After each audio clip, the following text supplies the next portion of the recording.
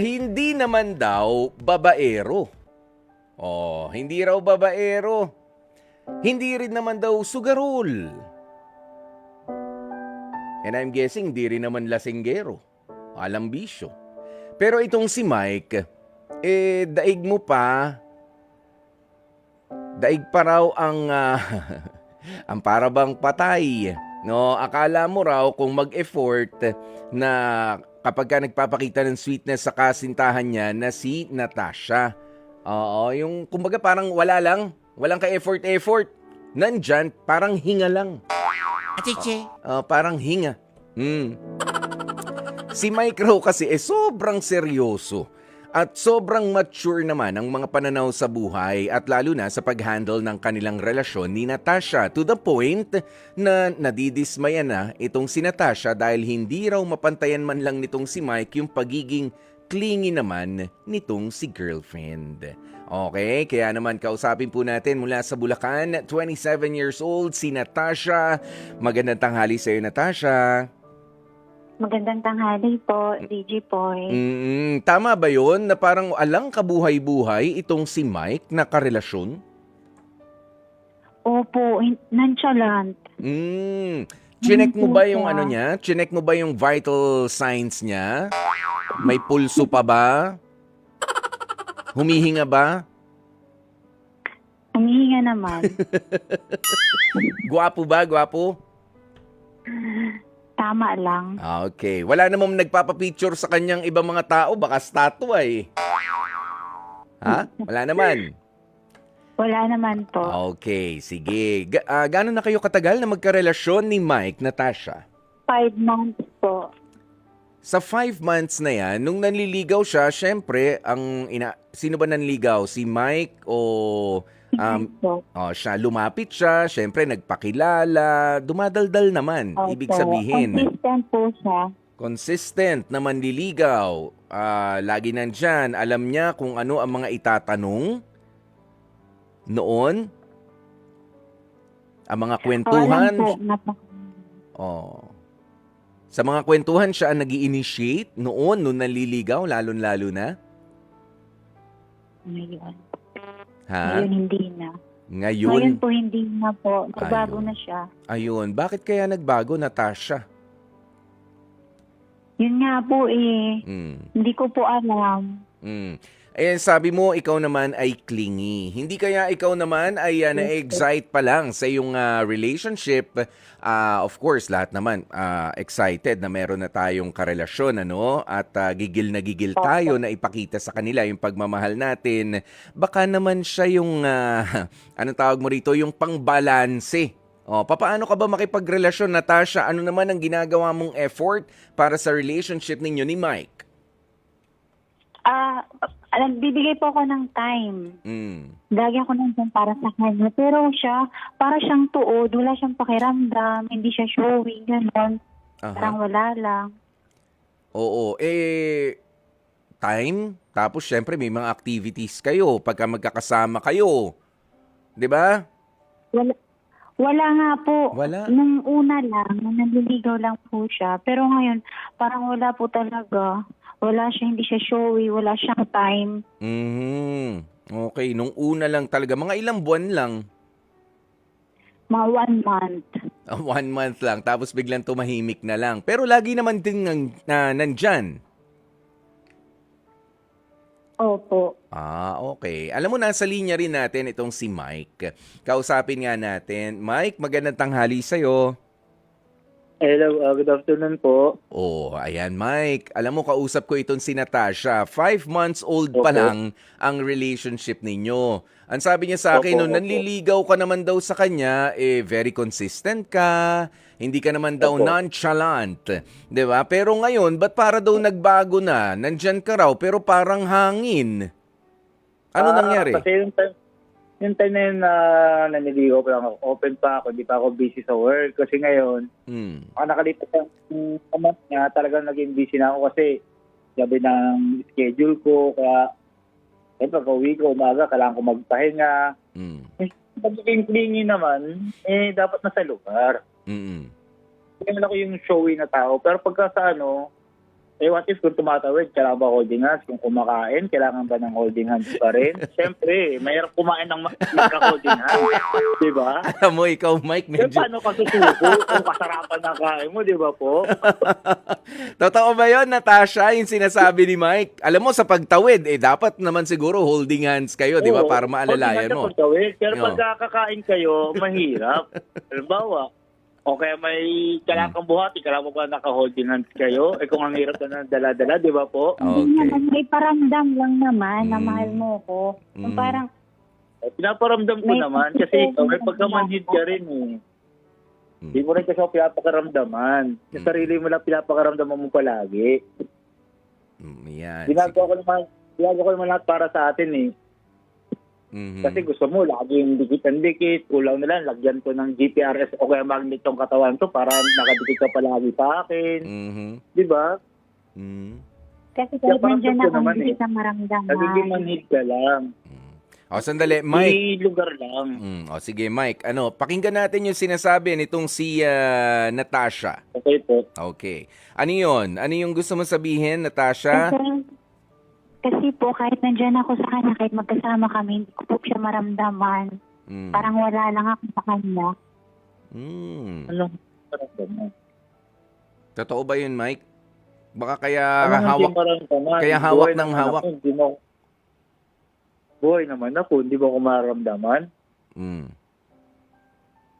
Showing Kaya nandyan lang paramdam ka, ko, no? kaya paramdam ko naman sa iyo ah. Mm. O, ayan, Natasha, hindi na nonchalant Anong si gusto Mike. anong gusto mong pagpaparamdam ba? Gusto mo maging Gusto caster ko, na ako gusto sa iyo naman para sa akin, maramdaman mo ako? nararamdaman talaga kita, nag-jowa kita. Okay, sige, ganito Andito ha. pa rin ako para sa iyo. Yan ako para sa iyo. Okay, Mike. Gawin ang lahat. Wait lang, hold it. Okay, si Natasha. Natasha, anong klase ba ng pagpaparamdam yung sinasabi mo? Kasi lumalabas dito sa pagkikwento ni Mike naman, tumatahimik na lang siya kapag ka may mga pagkakataon na magkasama kayo. Yun nga, is it OA na sabihin ba ni Mike na kumakain nga naman kayo ay magka-holding hands kayo? Gusto mo ba talaga yung mga ganong bagay? At kapag ka may basta konting magkasama kayo, nakadikit ka palagi? Totoo ba naman na nangyayari yun? At hindi lang naman na ine-exaggerate nitong si Mike? Hindi naman, depende naman. Yung parang gusto ko lang siya maramdaman na jowa ko siya, Mhm. na nagkikare siya sa akin, Mm-mm. na Ikaw, nandyan siya sa tabi ko, Mm-mm. nararamdaman ko siya. Okay. Kapag ka may mga pagkakataon na kayo ay magkasama, papaano naman kapag ka hindi kayo magkasama? Ikaw rin ba yung klase ng girlfriend na tanong ng tanong, kumain ka na ba, nasan ka na ba, nakatawid ka na ba? Kasi parang nakakasense ako ng pagkaasiwa dito kay Mike, ha? Sa pagiging clingy mo.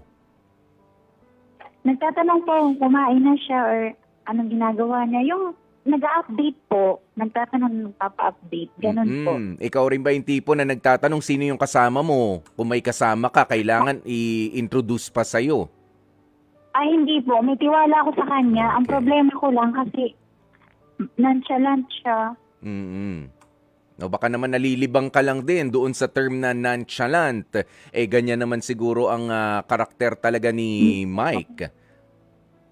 Baka Hindi pinipilit. ko nga maintindihan. Oh. Nung una po, okay po siya eh. Sweet siya. Mm-mm. Pero nung habang tumatagal, nag-iba na siya. Okay. Wala na siyang sweetness. Sige.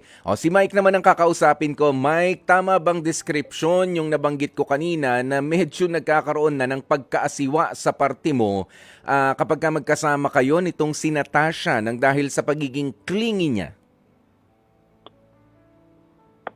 Hindi naman. Tumga kasi ang sa akin na po, dapat ilagay sa lugar.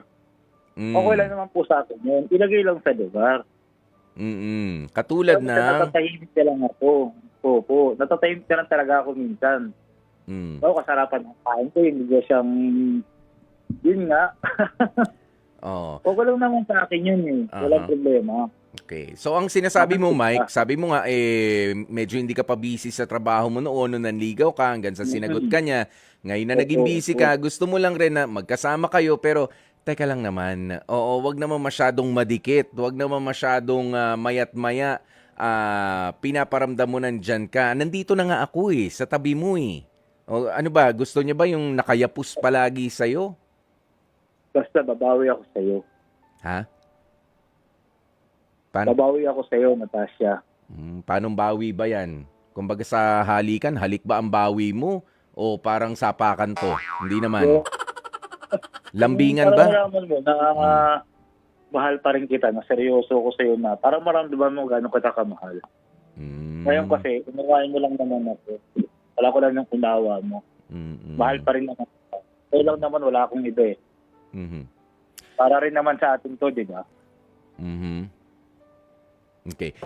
Mike, nasabi mo ba kay Natasha na busy ka sa ginagawa mo sa trabaho? Po, alam po niya na may trabaho po ako. Kasi si Natasha ba, meron ka rin bang trabaho, Natasha? Meron po. Meron din naman Kaya, syempre, time management. Kaya nga tayo kumuha, Mike, Yes ng ating, po. di ba, ng ating partner. Po. Kaya May nga, nakawa ko. kailangan bibigyan mo rin ng oras itong si Natasha na i-express kung ano yung nararamdaman niya sa'yo. Alam mo yung iba, ang problema, masyado ng cold yung kanilang kapartner. Pero ikaw na mo problema dahil masyado namang clingy rin. Pero sabi mo nga, ilalagay lang sa lugar. Okay, pwede ba nating i-specify ano-ano ba yan? Unang-una, kapag ka kumakain, ayaw ni Mike ng magka-holding hands. Kapag ka kumakain, ano pa yung iba para mas malinaw kay Natasha? At para sa mga nakikinig din sa atin na, ay wag nang gawin nyo, naiinis pala ang jowa ko. Sige. Or halimbawa, pag nasa grocery tayo, kaya namimili, marami akong dala.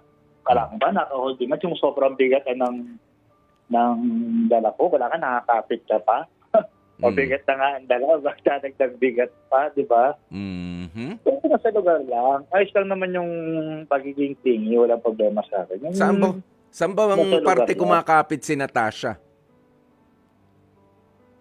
Siguro Yeah, tulad yan, minsan pagka nag-debate kami, pagka yung kumakain nga kami, ganyan. At tumatayang yung kasarapan ng kain ko, biglang di ba ako makabuelo sa kain ko, yung kasarapan. Kasi masaya na ako, kasama ko siya, ganyan. Okay, Yun ano lang pa? po ba? Ano pa? Pagka minsan, pagka yun nga, namimili naman kami. Pagka nagpapahinga ka, kasi sabi mo kanina, pagod ka Pagka nagpapahinga ka, gusto mo ba yung tahimik lang, nandyan lang siya? Gawin mo lang muna yung gagawin mo, Opo, yung papahinga andyan lang ako siya. rito. Okay lang sa... okay lang naman sa akin yung ganyan. Minsan, tabi ko, yung at least yung pili ko, nare-relax ako. Basta nasa tabi ko lang po siya, okay lang po yun sa akin. Kasi pantanggal pagod. Okay. Yung mga ganong lugar po ba? Pero ayaw mo yung nakikipagkwentuhan pa masyado. Gusto mo lang kasi magpahinga. Opo, kumbaga kasi maghapon, magdamag na makina ang hawak. Kumbaga gusto kong tingo ko, kalmado naman. At pagka may time naman, nag-uusap naman kami dalawa, nagkwentuhan. Okay. Natasha, nagiging malinaw ba sa yun? Ibig sabihin, na-appreciate niya naman, basta ita-timing mo lang at ilulugar mo lang raw. Pero ito ang tanong ko naman sa iyo, Natasha. Ha? Natasha, Yes. tayo lang, walang iba nakakarinig. Masungit ba si Mike? Si Mike? Hindi Masungit? naman siya masungit. Hindi naman masungit. Hindi naman. Totoo? Opo, pero parang hindi ko siya kasama pag kasama ko siya. Paano yun? Hindi mo siya kasama pag Hindi ko siya kasama mo siya. maramdaman. Hindi ko po siya nararamdaman kahit nasa harapan ko lang siya. Ano bang gusto mo Parang nakataas yung paa, nakalutang yung paa nitong si Mike na nandyan. Ang pagpaparamdam, paano ba? Para caster Gusto ko naman Hindi, pero i-cherish yung time namin, yung moment namin. Pag paano magkasama i-cherish? Sige, paano i-cherish? Para magkaroon din ng idea si Mike. Pakausapin mo ako. Gusto ko open kami sa isa't isa. Ay, kailangan maging close Kaya- muna kayo sa isa't isa. Kaya- Pagka close na kayo, oo, tsaka kayo magiging open. Ganun yun Di ba? Opo. Gusto ko lang kami yung open communication. Kahit magkasama kami, nag-uusap naman kami kung kamusta siya sa work. Hindi kayo... Hindi ko siya nararamdaman. Explain mo nga yung hindi nararamdaman kasi hindi ko na magets. Kasi kahit Kasama ko po siya, parang wala ako sa tabi niya. Baka naman kasi salita ka ng salita at kapag ka magsasalita siya, meron ka ring sasabihin na agad, papaano nga kayo magkakausap niyan? At kapag ka nakayakap ka, yayakapin ka niya, kakapit ka na naman sa kanya ng ibang pamamaraan. Papaano? Gusto ko lang naman yung open kami sa isa't isa, tapos nag-uusap kami, yung parang hindi siya nonchalant, kasi ang hirap niya para siyang tuod, parang wala akong makakausap. Kasi hindi ko siya boyfriend. O sige, kanina tinanong ko nga ng mga specific na mga pagkakataon itong si Mike. Can you be more specific din sa mga sinasabi mo, Natasha, na kasama mo pero hindi mo makasama, nandyan siya pero nonchalant, walang pakaramdam, kumbaga kumbaga sa cellphone kahit nagva-vibrate, hindi rin nagva-vibrate, 'di ba? Naka-silent mode talaga. Ganun ba 'yon, Natasha? Pauwiin mo na lang. Opo. Sana picture na lang picture na lang yung katabi mo. 'Di ba? Parang wala rin naman pala eh. But okay, seriously, Natasha, ano bang problema? Ikaw ba ay kaasa-asawa na? Gusto mo ba na lagi nang kasama itong si Mike? Kasi 5 months pa lang kayo na magjowa. Kailan ka ba huling nagka-boyfriend? Siguro po mga 3 years na. Ano naging problema doon sa past relationship mo? Meron po siya ng iba. Kahit na naging clingy ka masyado? O siguro po. Opo. O hindi ka clingy doon. Kasi it could be na kaya napaka-clingy mo dito kay Mike, baka medyo feeling mo naging pabaya ka doon sa past relationship mo. But let me tell you this, kapag ka ang tao ayaw na talaga sa'yo, kahit na gustong-gusto mo siya, kay clingy ka, kay hindi, aalis na talaga yan kapag ka ayaw na sa'yo. Okay? Kaya huwag kang masyadong gigil na dito kay Mike, na dito ka lang. Hindi ka naman siguro nagpapakarga sa kanya kapag ka, pagka naglalambing ka? Hindi naman po. Oo, may jowa ako dati, ganyan. Cargo. Halos magkasinlaki kami. Sabi ko, iayos mo ha, iayon lang yung mga, sabi niya, joke lang daw. Sabi ko, pagka nag-return ako ng favor, ako nagpakarga sa kanya, kinaya ko. Ganyan. Gusto mo ba yon, Natasha? Can you return the favor? Di ba? Kapag ganyan ng mga instances. But seriously nga, Natasha, baka naman medyo OA din yung pagiging clingy natin. Okay? Yan, sinabi na ni Mike dito. Gusto ko, nandyan lang po ako, Kuya Poy, magkasama kami. Pero wag naman masyadong clingy sa mga bagay-bagay na nandyan o meron kang gustong patunayan sa paligid na meron ka ng jowa. I think you're just happy, at sineselebrate mo na meron kang jowa. Ikaw naman, Mike, kailan ka ba huling nagkaroon ng girlfriend? Same lang din kami. 3 years ka rin ako. Hindi ba kayo rin yung mag-ex dati? Nagkataon lang na 3 years ago rin. Okay. Sige. Pero alam mo, Mike, 5 months in pa lang sa inyong relationship, medyo wag din tayong masyadong masungit, ha? Doon sa karelasyon natin. Just let her express also yung happiness, yung sweetness. Ayan, tanggapin natin yan. Okay? At kung i-reciprocate natin. Pero it's never a good thing na ikaw ay walang kasagot-sagot. Kapag kami minor issue yan, biruin mo yung, sige, gusto ko na lang tumahimik dito, yayakapin mo ko, bahala ka, pagod ako, ganyan. Kung sinasabi mo yan sa kanya, nabibigyan linaw. Pero hanggang hindi mo sinasabi, ayan, nami-misinterpret niya. Parang ayaw mo na siya. Ayan, sabi niya nga dito sa description niya, parang napakaseryoso naman. Parang sobrang mature naman ang pag-iisip. Alam mo, it's okay to be childlike in relationships, pero it's never okay to be childish. Ano ba yung childlike? Ano bang pinagkaiba nun? Di ba okay lang naman yun, nagpapakute kayo sa isa't isa, ang cute nun, nakakakilig yun, nagbibiroan kayo na parang mga bata, nagkakaunawaan kayo That's being childlike. Di ba? Oo, holding hands while walking. Mm. O sige, na pasway-sway pa. Parang childlike yan. Pero kapag ka childish na, yun nga yung Ugali bata na. ugaling bata na, karga. Hindi ako Yung makatawid. talagang gawain ng bata. Punta ka dito. 30 minutes na ako, hindi pa ako makatawid. Di ba? Yan yung childish na OA na yun. Natasha, narinig mo yun? Di ba? Baka kasi may mga ganong instances na akala mo nagiging sweet ka pero hindi. It's annoying para sa partner mo. Hindi siya seryoso. It's just that hindi naaayon sa edad mo, hindi naaayon doon sa goal ng relationship nyo, yung mga ganong klase ng bagay. Hindi ka na-replyan after 5 minutes. Tampo na ako sa'yo. Suyuin mo ko ng 2 days. 5 minutes lang, hindi nasagot yung ano mo? Yung tinatanong mo. 2 days ako magdudusa dito. 'Di ba? Wag naman. May ganun ba, Mike? Itong si Natasha? Hindi naman po. Wala naman. Okay, sana Okay nga. lang naman po sa akin yung ginagawa niya. Kasi mahal ko naman po siya. Okay.